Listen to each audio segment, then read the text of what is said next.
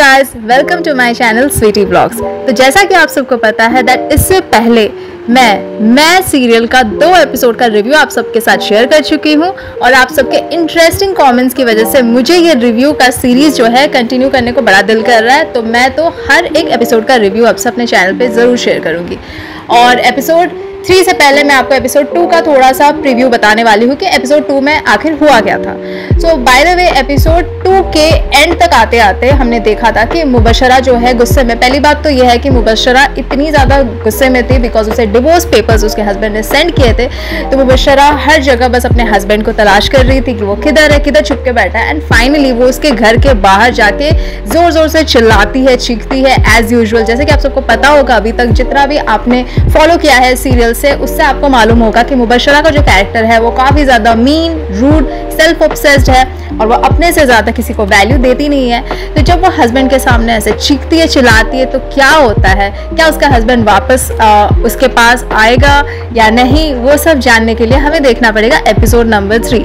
तो आज मैं वही देखने वाली हूँ। देखते हैं अब कि मुहेब का क्या रिस्पॉन्स आता है जब उसकी वाइफ उसके ऊपर इतनी बुरी तरह से चिल्लाती है। बिकॉज उसने तो अभी निकाह कर ली है, तो उसने ठान लिया कि यार मेरे को तो आज़ादी चाहिए अपनी वाइफ से, मेरे को और टॉर्चर झेलना नहीं है।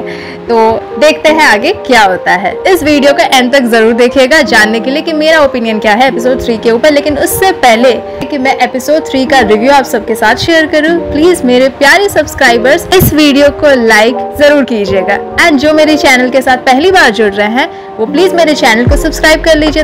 तो चलिए शुरू करते हैं एपिसोड 3 का रिव्यू। हमने जैसे कि देखा था कि मुबशरा अपने हस्बैंड पे चिल्लाती है और बोलती है कि क्या तुमको मालूम है मैं कौन हूँ, मैं मुबशरा जाफर हूँ और तुम्हारी इतनी हैसियत है कि तुम मेरे सामने डिवोर्स के पेपर सेंड कर रहे हो, ये वो। तो उसको डांटती है। और उसका हस्बैंड भी इस बार चुप नहीं रहता है, वो भी रिस्पॉन्स में बोलता है कि तुम्हारी अगर 10 बार भी शादी हो जाए ना, 10 बार तुम्हारी शादियां टूटेंगी बिकॉज तुम इस लायक ही नहीं हो कि तुम किसी के साथ एक हैप्पी मैरिड लाइफ बिता सको, तुम्हारा नेचर बहुत ही ज़्यादा खराब है। तो इस तरह से उसका हस्बैंड भी जो है वो रिएक्ट करता है एंड मुबशरा के डैड की भी आर्ग्यूमेंट हो जाती है मुबशरा के हस्बैंड के साथ। तो अब हम देखते हैं कि पीछे से वहाज की यानी कि जैद की एंट्री भी होने जा रही है। तो आगे देखते हैं कि क्या जैद इनके मैटर में बीच में इंटरवीन करता है या फिर नहीं। इनफैक्ट इस बार मुबशरा इतनी ज्यादा वायलेंट हो जाती है कि वो एक गमला लेके अपने हस्बैंड का सर फोड़ने वाली होती है। सो she is basically very very aggressive. And इतने में अभी जो न्यूली वेडेड वाइफ है वो भी परेशान हो जाती है और वो भी आके अपने हस्बैंड को बचाने की कोशिश करती है। तो शायद अब लग रहा है कि मुबशरा इसका भी सर फोड़ दे।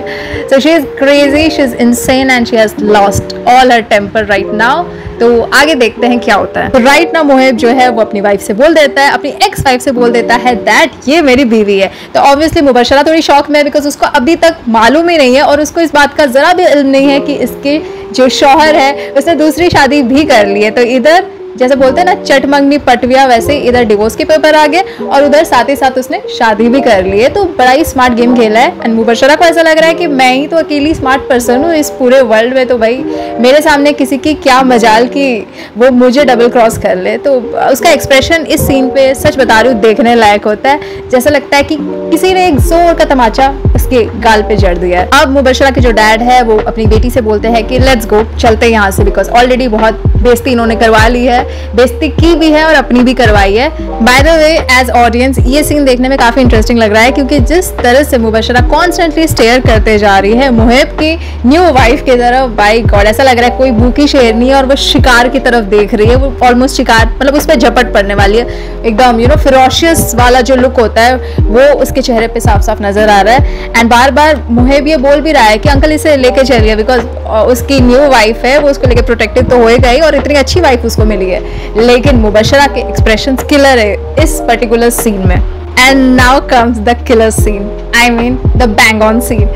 तो बाय द टाइम मुबशरा जाती है और जैसे कि मैंने बोला था कि ऑलमोस्ट झपट पड़ने वाली होती है मुहेब की न्यू वाइफ की तरफ, उतने में ही मुहेब जो है हाथ उठाने वाला होता है मुबशरा पे। He was about to slap her, लेकिन मीनवाइल हमारे हीरो की एंट्री होती है। जैसे कि मैंने बोला था कि पीछे से जैद की एंट्री हो रही होती है। जैद पूरा ज़बरदस्त तरीके से हाथ पकड़ लेता है मुहिब का कि हिम्मत कैसे हुई, I mean, मतलब वो ये कन्वे करना चाहते हिम्मत कैसे हुई हाथ उठाने की मुबशरा पे। जो भी हो मुबशरा का पुराना फ्रेंड है तो एक कंसर्न तो बनता है यहाँ पे इस सीन में। तो मज़ा आ गया, मतलब यहाँ पे जिस तरह से वो प्रोटेक्टिव बिहेव कर रहा है। लव की शुरुआत तो हुई नहीं है बट इवेंचुअली तो होने ही लगेगी। तो ये पर्टिकुलर सीन जो है देखने में I mean, अगर आप एक व्यूअर के पॉइंट ऑफ व्यू से देखेंगे तो एक टर्निंग पॉइंट है यहाँ पे, बिकॉज मुबशरा का जो ट्रस्ट है ऑब्वियसली इस टाइम पे जैद के ऊपर काफ़ी ज़्यादा बढ़ने वाला है, बिकॉज उसने एक फर्म स्टैंड लिया है उसके सपोर्ट में। मीनवाइल हमें दिखाया जाता है कि आयरा का जो भाई है वो भी हॉस्पिटलाइज है एंड आयरा और उसकी भाभी जो है वो परेशान है। एंड फिर अगली सीन में हमें दिखाया जाता है कि मुहिब जो है ये सब तमाशे के बाद वापस आता है, अपने रूम में आता है और रूम में आते ही उसकी कॉन्वर्सेशन होने लगती है अपनी वाइफ के साथ। तो बेसिकली बेडरूम में इनके बीच में एक कॉन्वर्सेशन हो रही है मुहिब और उसकी वाइफ के बीच में। एंड उसकी वाइफ थोड़ी इसलिए भी ज़्यादा कंसर्न है क्योंकि उसको ये लग रहा है कि जिस तरह से बौखलाई हुई है मुबशरा, कहीं वो कोई गलत स्टेप ना ले। मतलब अपने ऊपर तो वो नुकसान कर ही सकती है, वो दूसरे के साथ भी बहुत बुरा सलूक कर सकती है, इसको इस बात का पूरी तरह से इल्म है। तो वो अपने हस्बैंड को समझाने की कोशिश कर रही है कि पता नहीं क्या होगा ये वो, मतलब वो डर रही है बेसिकली। लेकिन उसका पति जो है वो बोल रहा है कि हमने साथ में मिलकर डिसीजन लिया है तो हमें डरने की कोई भी ज़रूरत नहीं है। तो दोनों एक दूसरे से इस तरह की बातें कर रहे हैं। तो अभी अगली सीन में दिखाते कि मुबशरा जो है वो बहुत ज़्यादा सैड अपसेट है, वो ऐसे लेटी पड़ी हुई है एंड लेटते लेटते उसको ग्लिम्सेस आ रहे हैं, उसको पुरानी बातें याद आ रही है। और यहीं पे हमें मालूम चलता है कि वो जो लड़की जिससे इस टाइम पे मुहिब की शादी हुई है उसे मुबशरा पहले से जानती है, क्योंकि जब पार्टी होने वाली थी तो पार्टी से पहले मुबशरा के साथ उस लड़की की एक कॉन्वर्सेशन की क्लिप हमें दिखाई जाती है कि उस लड़की ने बहाने से टाल दिया था, बोला था कि मेरा थोड़ा आने में लेट हो जाएगा या फिर मैं पार्टी में लेट से ज्वाइन करूंगी, ऐसा करके उसने बोला था, मेरे को कुछ काम है।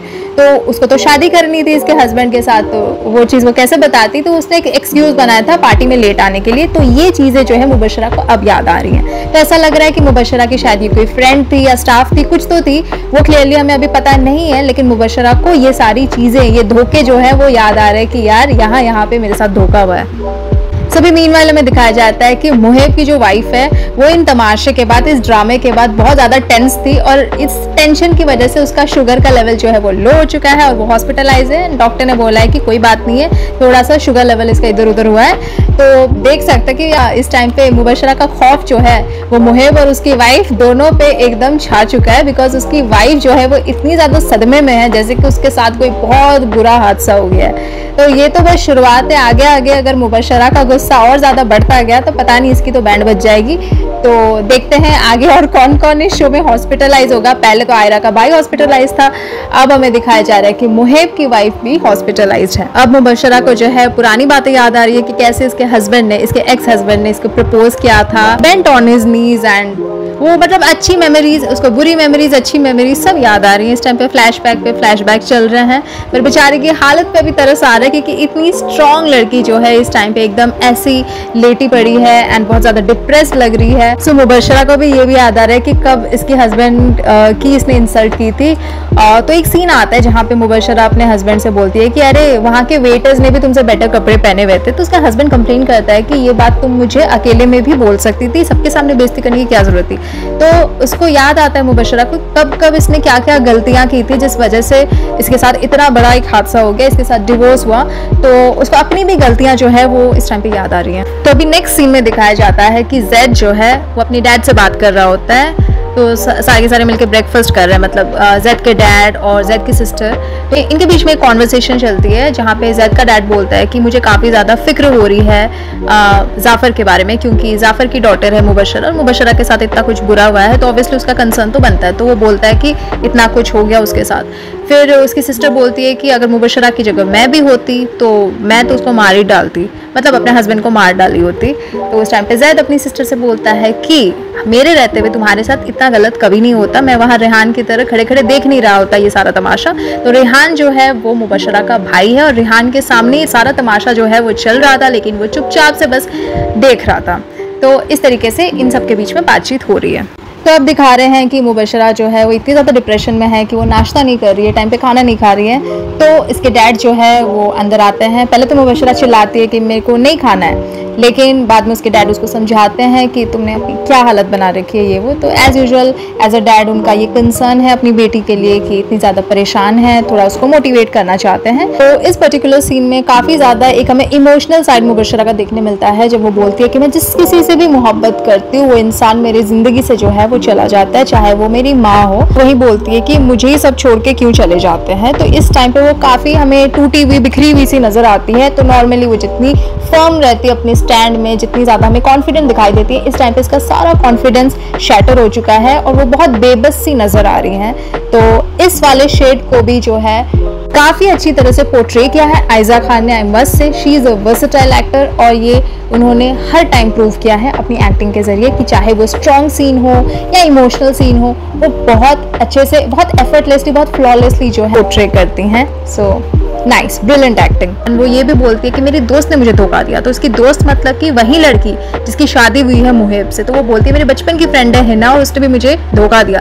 तो इससे पहले जैसे कि मैंने आप सबसे कहा था कि एक पर्टिकुलर सीन था जहाँ पे पार्टी से पहले वो हिना से कहती है कि तुम पार्टी में टाइम पे पहुंचे ना। हिना बोलती है मेरे को थोड़ा लेट होगा, मेरे को कुछ काम है। तो बेसिकली हिना जो है वो धोखा दे रही थी मुबशरा को, एंड वो ये बात छुपा रही थी कि उसका अफेयर चल रहा है मुबशरा के हस्बैंड के साथ।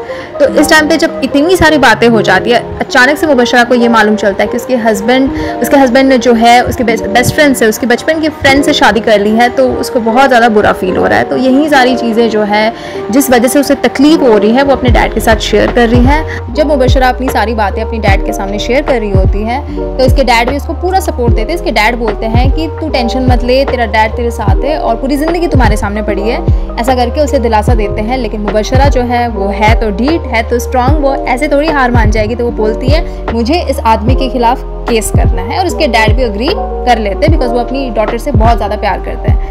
तो देखते हैं केस करने के बाद मुहेब का क्या रिएक्शन आता है। तब जो है जैद कॉल करता है आयरा से और बोलता है कि आई एम सो सॉरी, मैं तुम्हारा कॉल नहीं अटेंड कर पाया और मुझे नहीं पता था तुम्हारा भाई डिस्चार्ज हो चुका है। तो उतने में आयरा को सुनाई देता है कि इसके भाई भाभी के बीच में कोई कॉन्वर्सेशन हो रही है। तो वो बोलती है मैं तुमसे बाद में बात करती हूँ। तो इसके एज यूजुअल भाई भाभी हमेशा उसके शादी के रिश्ते को लेके तो उनके बीच में बात होती है। तो वही बातें चल रही होती है जहाँ पे भाभी बोलती है कि 6 रिश्ते मना कर चुकी है ऑलरेडी, तो मुझे वापस से वही पुरानी स्टोरी नहीं सुननी है करके चली जाती है। एंड नेक्स्ट सीन में हमें दिखाया जाता है कि जैद की सिस्टर जो है वो मुबशरा की खैरियत पूछने के लिए उसके घर पे आई है। लेकिन इतने में उसकी मुलाकात जो होती है मुबशरा के भाई से होती है। एंड एज यूजुअल मुबशरा का भाई भी जो है बिगड़ैल टाइप का ही है, अमीर बाप का बिगड़ा बेटा है। तो वो तो ऑलरेडी पार्टी से ही थोड़ा इन्फैचुएटेड, थोड़ा अट्रैक्टेड था जैद की सिस्टर को देख के। एंड अब जब जैद की सिस्टर मिलने आ गई तो उससे फ्लर्ट करने की ट्राई कर रहा है। इस सीन में थोड़ी केमिस्ट्री देखने को मिलती है जहाँ पे वो जो है ट्राई कर रहा है उसको इम्प्रेस करने के लिए। एंड जैद की सिस्टर भी थोड़ी थोड़ी इम्प्रेस होती हुई नज़र आ रही है मुबशरा के भाई से। तो रेहान और जैद की सिस्टर के बीच में क्या कोई एंगल बनता है तो वो तो हमें आगे चल के स्टोरी में पता चलेगा। लेकिन फिलहाल दोनों के बीच एक केमिस्ट्री डेवलप होती हुई नज़र आ रही है। आयजा खान जो है यानी मुबशरा जो है अपने डैड के साथ वकील से बात कर रही होती है रिलेटेड टू द केस। जैसे कि आपको पता है कि वो अपने पति के ऊपर केस करना चाहती है रिलेटेड टू डिवोर्स। तो पहले अपने डैड से बोला था कि वो अपने एक्स हस्बैंड के ऊपर केस करना चाहती है, लेकिन वकील जो है वो यही बोलता है कि केस आप किस बिना पे करोगे, क्योंकि आपके हस्बैंड को हक है कि अगर वो चाहे तो ले सकता है, तलाक ले सकता है, तो उसका बिल्कुल हक बनता है तलाक लेने का। तो इसके ऊपर हम केस तो कर नहीं सकते हैं। तो उतने में मुबशरा एज यूजुअल गुस्सा हो जाती है और वो बोलती है कि वकील की तो कमी नहीं है, चलिए डैड यहाँ से, यही आपके काबिल वकील। तो ऐसा टॉन्ट करती है उस वकील से और वहाँ से चली जाती है। तो उतने में वकील जो है वो ये बोलता है मुबशरा के डैड से यानी जाफर से बोलता है कि आपकी बेटी को वकील की नहीं, आपकी बेटी को साइकियाट्रिस्ट की ज़रूरत है। तो काफ़ी अच्छी तरह से टॉन्ट करता है। तो हमें भी वही लगता है कि मुबशरा को वकील से ज़्यादा एक साइकियाट्रिस्ट की ज़रूरत है। जिस तरह से वो अपना आपा हर जगह खोती है, टेम्पर लूज़ करते रहती है, तो साइकियाट्रिस्ट का विजिट जो है तो उसको करना ही चाहिए। तो अभी नेक्स्ट सीन में दिखाया जाता है कि जैद जो है वो आयरा के साथ गया है डेट पे। डेट भी नहीं बोल सकते एग्जैक्टली, लेकिन दोनों जो है किसी होटल में गए हैं, दोनों के बीच बातचीत हो रही है। एंड वहाँ आयरा जो है वो ये बोल रही है कि मुझे जॉब करनी है, मुझे भाई भाभी को फाइनेंशियली सपोर्ट करना है। तभी तो वो जो शादी का उस पर तलवार लटक रहा है शादी करने की, शायद उससे उसको थोड़ी राहत मिले, क्योंकि अगर वो पैसे कमाएगी तो घर के लिए अच्छा होगा, उसके भाई भाभी भी रिलैक्स होंगे कि वो फाइनेंशियली इंडिपेंडेंट है। लेकिन तब जैद बोलता है कि मेरे ऑफिस में तुम काम कर लो, कोई कमी नहीं है, तुम आराम से काम कर सकती हो। लेकिन वो बोलती है कि नहीं, I am not a gold digger, तो मुझे तुम्हारी हेल्प की ज़रूरत नहीं है, मैं कहीं और काम करना चाहती हूँ। तो इस तरीके से जैद और आयरा के बीच में जो है कॉन्वर्सेशन कंटिन्यू होती है। जैद फाइनली आयरा को मना लेता है अपनी ऑफिस में काम करने के लिए। वो बोलता है कि ऑफिस में तुम्हें काम सिर्फ अपनी काबिलियत के बेसिस पे मिलने वाला है, इस बेसिस पे नहीं कि मैं तुमसे प्यार करता हूँ, हमारा कोई रिश्ता है।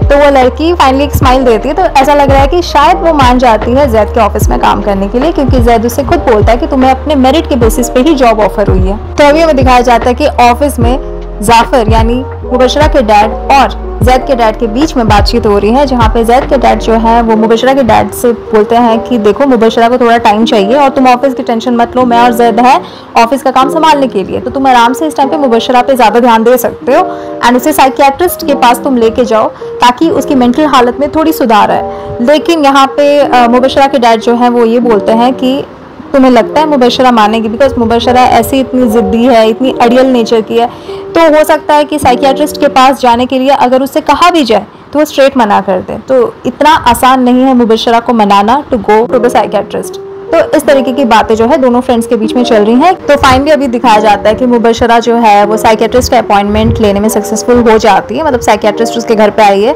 एंड वो समझाती है मुबशरा से कि देखो तुम्हारे डिवोर्स का इंसिडेंट जो है वो ऑलमोस्ट 1 महीना बीत चुका है एंड अभी भी तुम उसमें स्टकअप हो, उस आदमी को तुम इतनी इजाज़त दे ही क्यों रही हो कि वो तुम्हें अफेक्ट कर रहा है, तुम मूव ऑन करो, लाइफ में मूव ऑन करने की कोशिश करो।